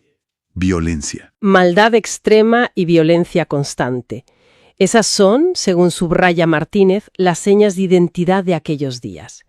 A ver, entonces, resumiendo lo que dice la Biblia según este análisis de Tito Martínez, tenemos uniones extrañas que crean seres diferentes, maldad total y continua en la gente y el mundo lleno de violencia. Y esto es lo que Martínez ve reflejado en las profecías sobre el fin. Precisamente eso. El estudio de Martínez conecta esta descripción del Génesis con las profecías del final, como las de Apocalipsis 13 sobre el reinado de la bestia. Claro, interpreta que habrá una maldad y una violencia parecidas, incluso persecución. Y recalca mucho esa paradoja que mencionó Jesús en el Monte de los Olivos, ¿no? Que a pesar de que el desastre era inminente, la gente seguía lo suyo, comiendo y bebiendo, casándose y dándose en casamiento. Una indiferencia que, según Martínez, se va a repetir. Y en ese mismo discurso, uniendo Mateo, Marcos y Lucas como hace Martínez en su estudio, Jesús habla de una separación, ¿no? Muy repentina. Entonces estarán dos en el campo, el uno será tomado y el otro será dejado. Dos mujeres estarán moliendo en un molino. La una será tomada y la otra será dejada. ¿Qué significado le da Martínez a estas palabras? Pues Martínez lo ve como una referencia clarísima al arrebatamiento. Ah, el arrebatamiento. Sí, el de los creyentes fieles. Se apoya en textos como 1 Tesalonicenses 4. Según su análisis, los tomados son los discípulos que van al encuentro con Cristo y los dejados, pues, se quedan para el juicio que viene después. Es un evento clave en su lectura del final de los tiempos. Entendido. Y entre todo este escenario futuro que Martínez deriva de las Escrituras, ¿cuál es la instrucción principal, la más importante, que él recalca de las palabras de Jesús? Pues la llamada constante a velar, a estar despiertos espiritualmente, preparados. Martínez insiste mucho, basándose en ese discurso completo del Monte de los Olivos, en que, aunque no sepamos la hora exacta, el regreso de Cristo es seguro y lo verá todo el mundo. Ajá. Así que la preparación, la oración, son vitales, según concluye Martínez, para ser considerados dignos de escapar del juicio y recibir a Cristo. En resumen, lo que hace el estudio de Tito Martínez es tender un puente muy directo entre lo que cuenta el Génesis sobre Noé y las profecías del fin, sobre todo las del discurso unificado del Monte de los Olivos. Destaca la corrupción, la violencia, eventos como el arrebatamiento, Exactamente. Es una interpretación que, digamos, enlaza esas narrativas antiguas con profecías futuras y pone mucho el foco, según este análisis de Martínez, en que hace falta estar vigilantes y tener discernimiento espiritual, siempre conforme a las Escrituras. La parábola del siervo fiel y prudente y también la del siervo malo. ¿Qué nos dice la Biblia sobre estos siervos? Pues empecemos por el principio, con el siervo fiel. Vamos a leer directamente de Mateo, capítulo 24, versículos 45 a 47. Dice así: ¿Quién es, pues, el siervo fiel y prudente, al cual puso su señor sobre su casa para que les dé el alimento a tiempo? Bienaventurado aquel siervo al cual cuando su señor venga le haya haciendo así. De cierto os digo que sobre todos sus bienes le pondrá. Fíjate qué interesante. Según este estudio de Tito Martínez, que como decíamos integra los 3 evangelios sinópticos, la Biblia aquí no habla de un grupo pequeño, una élite o una jerarquía, ¿sabes? Ah, ¿no? Entonces, ¿a quién se refiere? Pues Martínez argumenta que la Biblia se refiere a todos los verdaderos discípulos de Cristo. Todos ellos tienen esa tarea de dar el alimento, o sea, la enseñanza correcta, a tiempo al resto de la casa, la comunidad de creyentes. Es una labor de servicio, no de mandar. O sea que, según esta lectura bíblica, es una responsabilidad para cada creyente, no algo exclusivo de unos pocos líderes. Exactamente. Y aquí, Martínez, en su estudio, contrasta fuertemente esto con la visión, por ejemplo, de los testigos de Jehová, que identifican ese siervo con su cuerpo gobernante. Para Martínez eso es una tergiversación, porque la Biblia, en este discurso unificado, no establece esa casta gobernante. Entendido. ¿Y la recompensa? Sobre todos sus bienes le pondrá. Cuando dice la Biblia que ocurre eso, ahí está uno de los puntos cruciales que resalta el estudio de Tito Martínez. El texto es muy claro. Cuando su Señor venga. ¿Vale? O sea, no antes. No antes. Martínez subraya que la Biblia indica que esa autoridad sobre todos sus bienes se otorga únicamente en la futura venida gloriosa de Cristo, la venida para reinar visiblemente. Claro, y eso, según Martínez, entra en conflicto con ideas como la del reinado invisible desde 1914, porque la venida gloriosa que describe Mateo 24, versículos 29 a 31, es un evento futuro, espectacular, visible por todos, y que ocurre después de la gran tribulación. Por lo tanto, ningún grupo hoy puede decir que ya está ejerciendo esa autoridad recompensada. Entiendo. Y este estudio de Martínez conecta esa autoridad futura con otros textos bíblicos, ¿verdad? Sí. Lo relaciona con pasajes del Apocalipsis, como el capítulo 2, versículos 26 y 27, o el 5, versículos 9 y 10, y también Apocalipsis 20. Todos describen cómo los siervos fieles reinarán con Cristo sobre las naciones durante el milenio, pero eso es después de su retorno glorioso. Muy claro. Pues si te parece, pasamos a la otra cara de la moneda que presenta la Biblia, el siervo malo. Seguimos en Mateo 24, ahora los versículos 48 al 51. Pero si aquel siervo malo dijera en su corazón, mi señor tarda en venir, y comenzare a golpear a sus consiervos y aún a comer y a beber con los borrachos, vendrá el señor de aquel siervo en día que éste no espera y a la hora que no sabe, y lo castigará duramente y pondrá su parte con los hipócritas. Allí será el lloro y el crujir de dientes. Uf, palabras fuertes. La Biblia describe a aquellos que, pierden la fe o la urgencia de esa venida gloriosa y visible de Cristo. El primer síntoma es ese pensamiento: mi Señor tarda en venir. Eso es. Y ese pensamiento, según la Biblia, lleva a acciones negativas. Claro. Comenzaré a golpear a sus consiervos. ¿Y cómo se interpreta ese golpear en este estudio? Literalmente. No necesariamente físico. Tito Martínez interpreta que la Biblia se refiere a maltratar, a atacar doctrinalmente a otros creyentes, especialmente a aquellos que sí mantienen viva esa esperanza en el regreso post-tribulacional de Cristo y enseñan lo que Martínez considera la doctrina bíblica correcta. ¿Y lo de comer y beber con los borrachos? Pues se interpreta como volverse mundanos, adoptar un estilo de vida pecaminoso, alejado de los principios que se esperan de un discípulo, perder el norte espiritual, digamos. Y el resultado que describe la Biblia es terrible. Lo castigará duramente. Allí será el lloro y el crujir de dientes. Tremendo, ¿sí? El análisis de Martínez enfatiza que la Biblia habla de un juicio inesperado y muy severo. Ese castigará duramente. Y el destino junto a los hipócritas, Martínez lo vincula con la destrucción final, citando otros pasajes como Mateo 10:28 o Mateo 25:41 y 46. Entonces, para resumir un poco lo que hemos visto a través de este estudio de Tito Martínez, que insistimos combina Mateo, Marcos y Lucas, la Biblia en esta parábola traza una división muy clara, ¿no?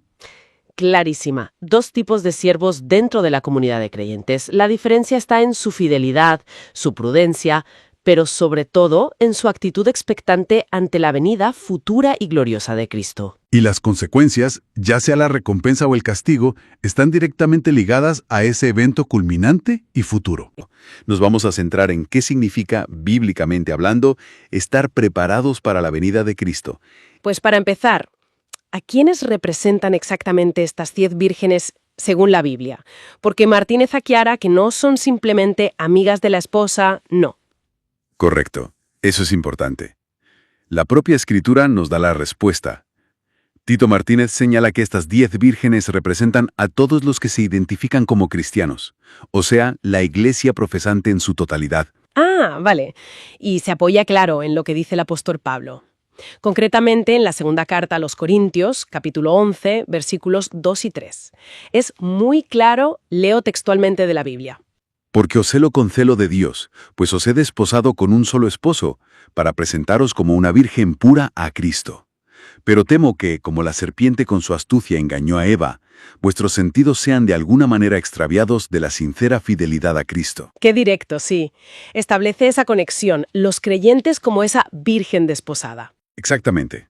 Es la base bíblica que usa Martínez. Y Jesús, además, compara el reino de los cielos con ellas. Entonces, si todas representan a los creyentes profesantes, ¿qué marca la diferencia bíblica entre las prudentes y las insensatas? ¿Qué dice la Escritura sobre esto, según lo expone Martínez? Pues, la diferencia crucial que la Biblia señala, y que Martínez recalca en su estudio combinado de los evangelios, es el aceite.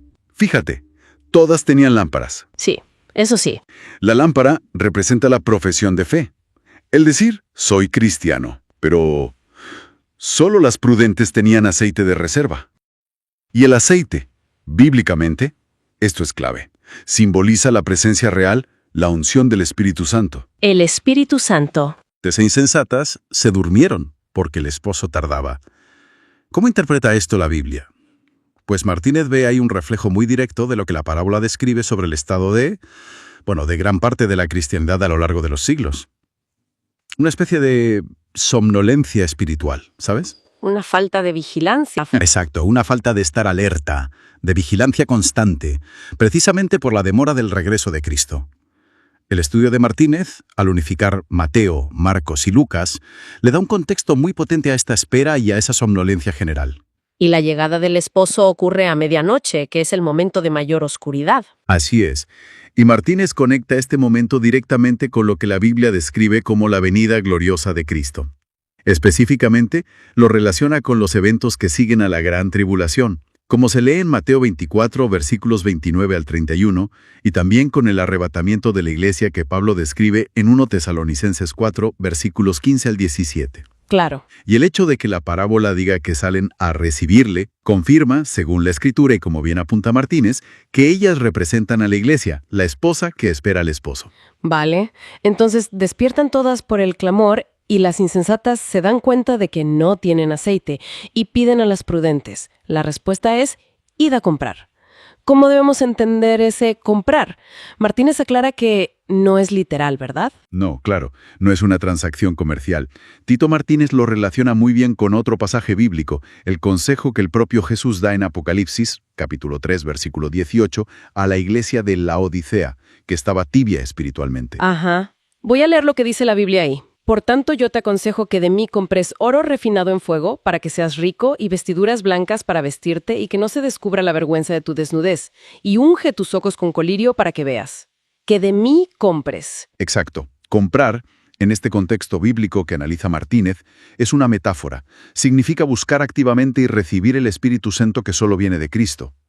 Pero claro, para las vírgenes insensatas en ese momento, cuando suena el clamor, ya era demasiado tarde. Demasiado tarde. Así que las prudentes entran con el esposo a las bodas y la puerta se cierra. ¿Y qué pasa con los insensatas cuando por fin llegan? Pues llegan tarde, llaman a la puerta, pero se encuentran con una respuesta terrible por parte del esposo. No os conozco. Uf, qué duro, durísimo. Y Tito Martínez vincula directamente estas palabras con la advertencia que Jesús da en el Sermón del Monte, en Mateo capítulo 7, versículos 21 al 23. Es sobre aquellos que hacen muchas cosas en su nombre, pero no hacen la voluntad del Padre. Leo de la Biblia. No todo el que me dice, Señor, Señor, entrará en el reino de los cielos, sino el que hace la voluntad de mi Padre que está en los cielos. Muchos me dirán en aquel día, Señor, Señor, ¿no profetizamos en tu nombre? ¿Y en tu nombre echamos fuera demonios? ¿Y en tu nombre hicimos muchos milagros? Y entonces les declararé, nunca os conocí, apartaos de mí, hacedores de maldad. Nunca os conocí, es la misma frase. La misma. La conclusión bíblica, tal como la expone Martínez en su análisis unificado, es contundente.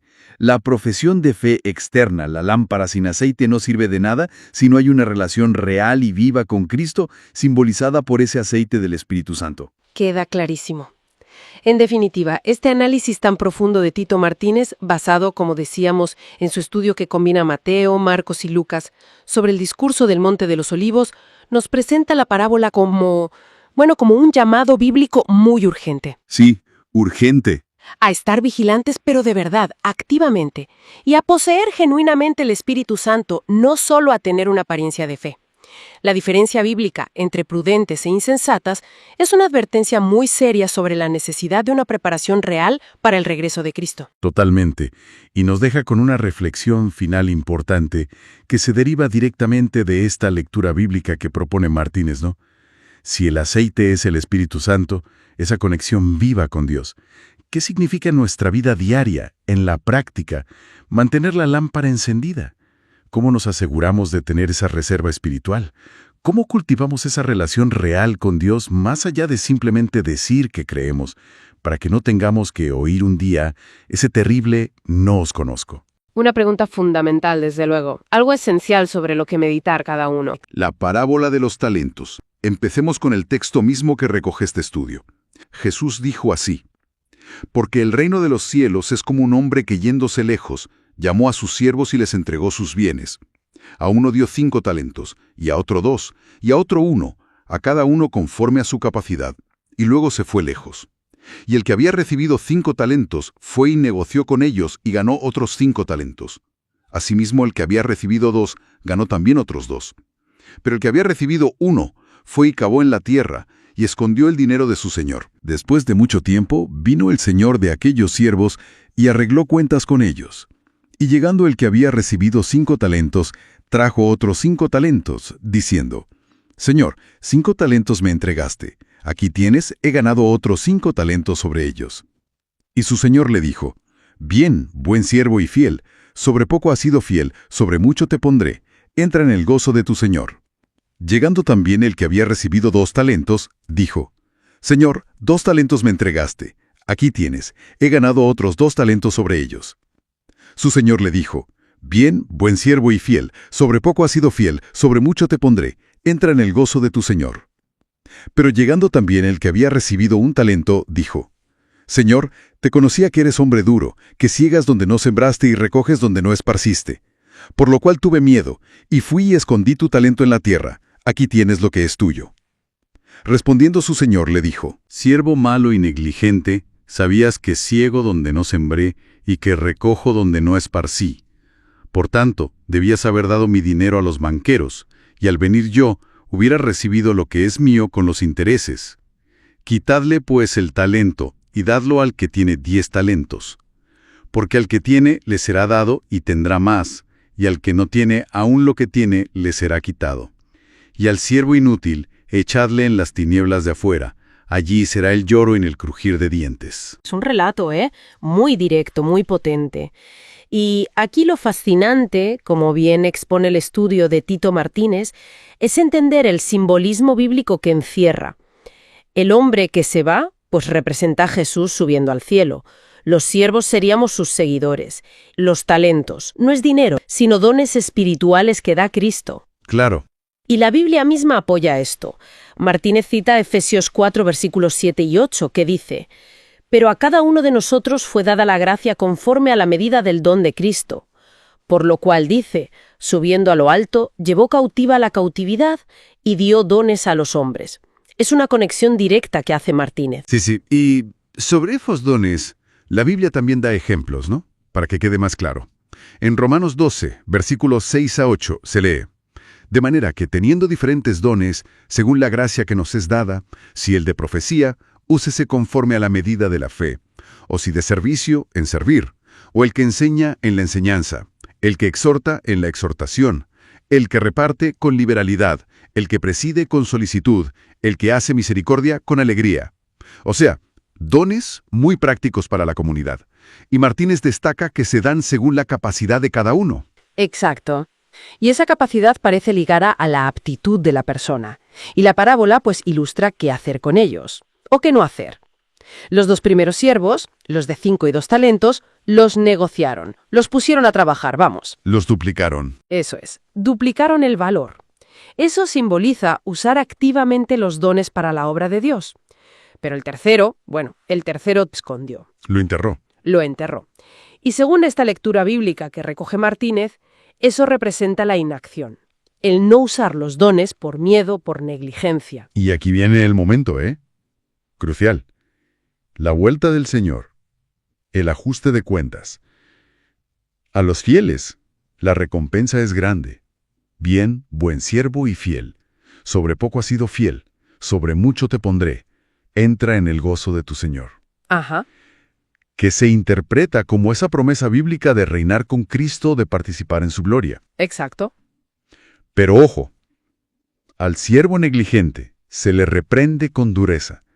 Su excusa, el miedo, revela en realidad, según la interpretación bíblica, falta de confianza, negligencia pura. Se le llama malo y negligente. Es fuerte. Es echado fuera. La enseñanza bíblica es tajante. Lo que no se usa para Dios se pierde. Y hay un juicio. Entonces, ¿cómo se aplica esto hoy?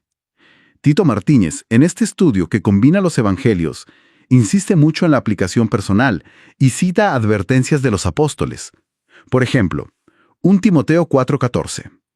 No descuides el don que hay en ti, que te fue dado mediante profecía con la imposición de las manos del presbiterio. Y también 1 Pedro 4, versículos 10 y 11, que dice: cada uno, según el don que ha recibido, ministrelo a los otros, como buenos administradores de la multiforme gracia de Dios. Si alguno habla, hable conforme a las palabras de Dios. Si alguno ministra, ministre conforme al poder que Dios da, para que en todo sea Dios glorificado por Jesucristo, a quien pertenecen la gloria y el imperio por los siglos de los siglos. Amén. Vamos, que el mensaje bíblico es clarísimo. Los dones son para usarlos, para administrar bien la gracia recibida. En resumen, este análisis de Tito Martínez, al juntar Mateo, Marcos y Lucas, lo que subraya es la enseñanza bíblica sobre la responsabilidad personal de cada creyente de usar activamente esos dones espirituales que ha recibido. Sí, no es una opción, es un mandato. Con recompensa si se cumple. Y con consecuencias serias si no se cumple. El lloro y crujir de dientes del final de la parábola. Y claro, esto deja una pregunta importante para la reflexión personal, ¿no? Desde luego. La pregunta sería, ¿estamos identificando y usando los talentos, los dones que Dios nos ha dado? ¿O corremos el riesgo de tenerlos escondidos, enterrados, esperando ese ajuste de cuentas? El juicio de las naciones. Efectivamente. ¿Qué dice la Biblia sobre este juicio? ¿Cuándo sitúa la Biblia este evento, según este estudio? Martínez es muy claro en esto. Sí, el texto compilado que él utiliza, Matt-Marluc, parece no dejar lugar a dudas. Voy a leer textualmente lo que dice Matt-Marluc 1:94. Cuando el Hijo del Hombre venga en su gloria y todos los santos ángeles con él, entonces se sentará en su trono de gloria. Clarísimo. Según el análisis de Tito Martínez, la Biblia lo ubica sin equívocos en la segunda venida de Cristo. O sea, su regreso futuro a la tierra. Eso es. Y ojo, justo después de la tribulación, ese periodo de gran dificultad que describen las Escrituras. Martínez insiste en que no es algo actual ni pasado. Entendido. Bueno, vamos al meollo. Uno de los puntos más distintivos que señala Martínez en su lectura de este texto combinado es que no habla de 2 grupos, sino de 3. Precisamente.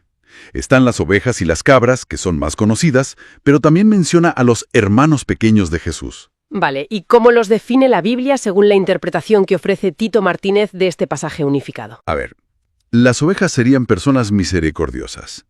Y aquí está el matiz. No necesariamente cristianas, que ayudan a esos hermanos pequeños.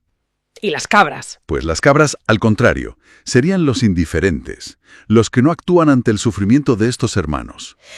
¿Y quiénes son exactamente estos hermanos pequeños a los que se refieren las escrituras aquí, según Tito Martínez?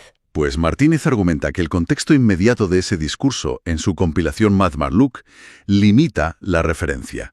Se trata, dice él, exclusivamente de los discípulos de Jesús. Los cristianos auténticos, digamos. Sí, los que están pasando por la tribulación. Sostiene que interpretar hermanos pequeños como toda la humanidad, pues diluiría el mensaje específico del pasaje. La imagen que pinta Martínez es fuerte, ¿eh? Cristo en un trono de gloria, pero aquí en la tierra, en Jerusalén. Sí, menciona Zacarías 14, versículos 4 y 5, para apoyar esa localización terrenal. Y desde ahí juzgando a las naciones vivas reunidas delante de él. Que, bueno, logísticamente puede sonar complicado reunir a todos. Ya, pero él aborda eso.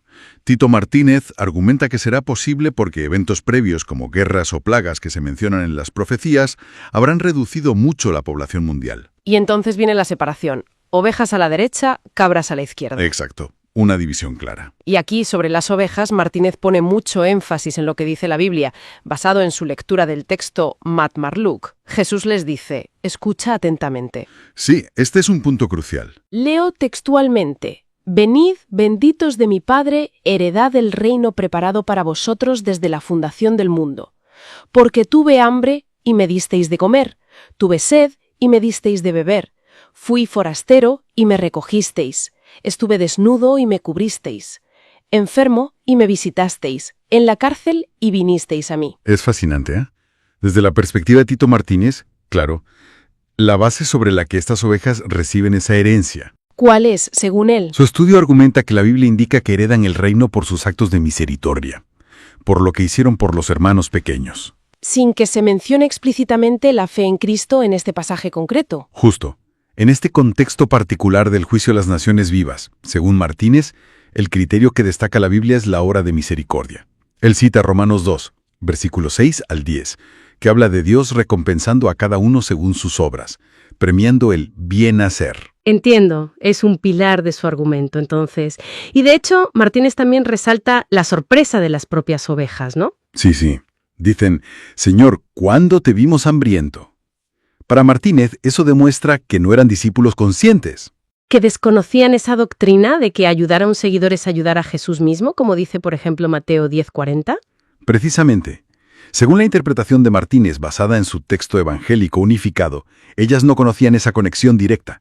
Actuaron por compasión, digamos, natural. Vale, pero para las cabras el resultado es, bueno, totalmente opuesto. Diametralmente opuesto, sí. El estudio de Tito Martínez expone que Jesús les dice, según la Biblia, lo leo textualmente de Matt-Marluc 1:104. Apartaos de mil malditos al fuego eterno preparado para el diablo y sus ángeles. Fuego eterno, palabras muy serias. Muy serias, y aquí es fundamental entender qué significa castigo eterno, que se menciona un poco más adelante en Matt-Marluc 1.109, dentro del marco que presenta Tito Martínez. ¿Cómo lo interpreta él? Él defiende, basándose en su lectura bíblica, que no se refiere a un tormento consciente sin fin, sino a una destrucción. Destrucción total. Total y definitiva. De cuerpo y alma. Cita, por ejemplo, Mateo 10:28. Temed más bien a aquel que puede destruir el alma y el cuerpo en el infierno.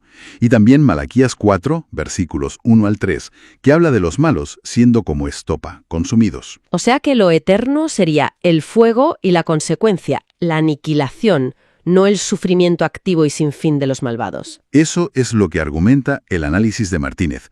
La consecuencia es eterna, la destrucción.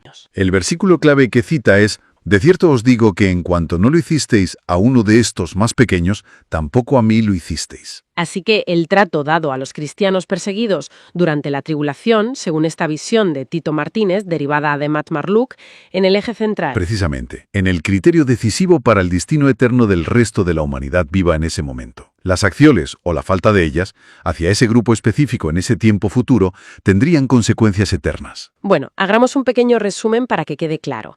El análisis de Tito, que se apoya en su texto unificado Mat-Marluc, Mateo, Marcos y Lucas, nos presenta el juicio de las naciones como un evento futuro, Sí, que coincide con el regreso de Cristo. donde se juzgará a las personas no cristianas vivas en ese momento. Y el criterio es su misericordia, las ovejas, o su indiferencia, las cabras, hacia los discípulos de Jesús, los hermanos pequeños, durante la tribulación anterior. Y el resultado, según este estudio de la Biblia, las ovejas heredan el reino por sus obras de compasión, las cabras, en cambio, enfrentan la destrucción eterna, entendida como aniquilación. Pues la verdad es que este planteamiento tan detallado de Tito Martínez, basado en su interpretación de la Biblia a través de la compilación Mat-Marluc, da que pensar. Sin duda, abre una reflexión interesante.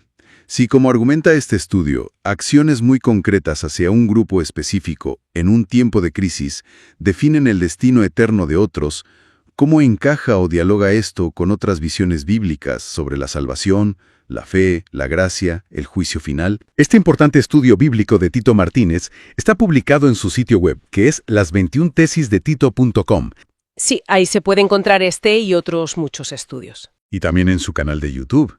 Y, muy importante, el enlace a este estudio bíblico específico se encuentra en la descripción de este video de YouTube. Tito Martínez, el mejor teólogo bíblico del planeta. Que no se te olvide suscribirte a este canal de YouTube si todavía no lo has hecho. Dale también un like a este video y compártelo en tus redes sociales. Suscribirse, like y compartir. Exacto. Que mucha más gente puedan conocer la verdadera doctrina que lleva a la vida eterna. Tito Martínez añade otra cosita. ¿Así? Pide activar las notificaciones. Lo dice así, leo de nuevo. Activa también la campanita para que YouTube te avise cuando Tito Martínez publique un nuevo video. Para asegurar que la gente vuelva. Eso es. Gracia y paz a todos los verdaderos hermanos en la fe, es decir, en la verdadera doctrina. Y que Dios bendiga y guíe a la verdad a todos aquellos que la buscan con sinceridad.